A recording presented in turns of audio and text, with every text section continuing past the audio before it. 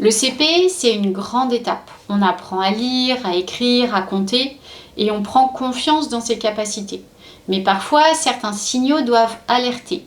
Pas pour paniquer, mais pour consulter tôt et pouvoir aider votre enfant efficacement s'il en a besoin. Si vous remarquez que la lecture n'est pas acquise en fin de CP, si l'enfant ne parvient toujours pas à lire de petites phrases simples, s'il reste bloqué au niveau du déchiffrage, il faut en parler au pédiatre, au médecin traitant et à un orthophoniste. Plus tôt on intervient et mieux c'est. Si vous remarquez qu'il ne comprend pas les consignes complexes, par exemple, si la maîtresse dit « Prenez votre cahier bleu, ouvrez à la page 4 et soulignez la date en rouge » et quand l'enfant se perd à chaque étape, là aussi, on va consulter un pédiatre ou son médecin ou un orthophoniste.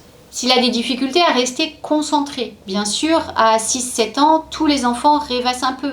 Mais si l'attention est toujours fugitive, s'il décroche en permanence, que les devoirs deviennent un calvaire, là aussi, on en parle au pédiatre ou au médecin traitant. Et on peut consulter un neuropsychologue ou un neuropédiatre. Si vous trouvez qu'il a une mauvaise estime de lui-même, un enfant qui répète sans cesse « je suis nul, j'y arriverai jamais », qui baisse les bras avant d'essayer, c'est pas juste un petit passage, c'est quand même un signal. Donc c'est important de l'écouter et de consulter un psychologue qui en quelques séances peut redonner confiance.